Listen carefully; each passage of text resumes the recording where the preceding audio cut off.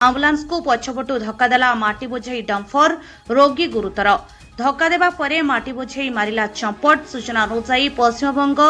दांतन थाना एग्रा अंचलर जड़े महिला कटक एससी चिकित्सालय भर्ती होइथिले। तेबे रोगी चिकित्सा परे सामान्य सुस्थ हेबारु आंबुलांस जोगे दांतन फेरुथिबा बेले 16 नंबर जातीय राजपथ संतोषपुर निकट में एक माटी बोझई डंफर पछपटू धक्का देइथिला, जहाफल आंबुलांस रे थिबा रोगी गुरुतर आहत होइथिले। घटनास्थल में राजपथ पुलिस पहुंची अनेक आंबुलांस जोगे दांतन अंचल को पठाइथिले। सूचना थाउ कि एसपीएल नामक एक संस्था रेलवाई काम बाहन मयूरभंज अंचल बेआईन भाव माटी उत्तोलन पश्चिमबंग को चोराचारण करुछि। माटी बोझेई करी द्रुत गति यातायात करुथिबारु बारंबार दुर्घटना घटुथिबा अभियोग हेउछि। घर कटक गोटे पेसेंट नहीं कि ऑक्सीजन लगे एससी मेडिकल नहीं आसली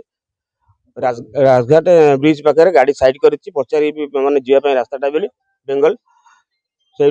गाड़ी साइड कर रखी रोड साइड कर देछि बाम पटको रूबी बेबी होटल पाखे माटी गाड़ी आसिक मत पछपटू माइला डाण पटे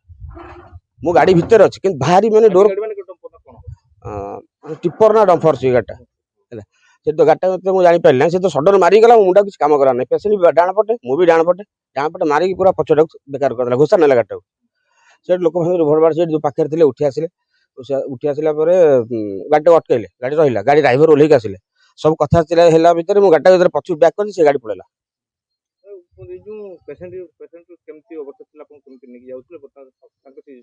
पेसेंट गोटे गाड़ी माने जलसर गाड़ी मगिल आंबुलांस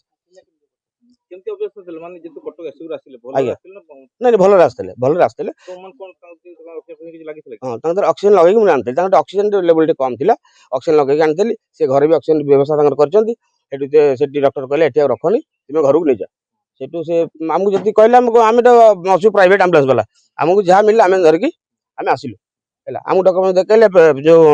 डिस्चार्ज पेपर देखेले आम नहीं आसिलु ये देखे आंबुलांस करके घर को पठेलु घर पहुँचले भी आमको फोन कले आम ठीक ठाक पहुँची गलु।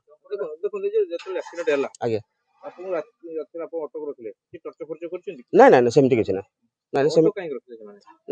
रखिले आमको हाईवे पाखे जो हाईवे पुलिस निश्चिंत मुझे किसी कही पारे।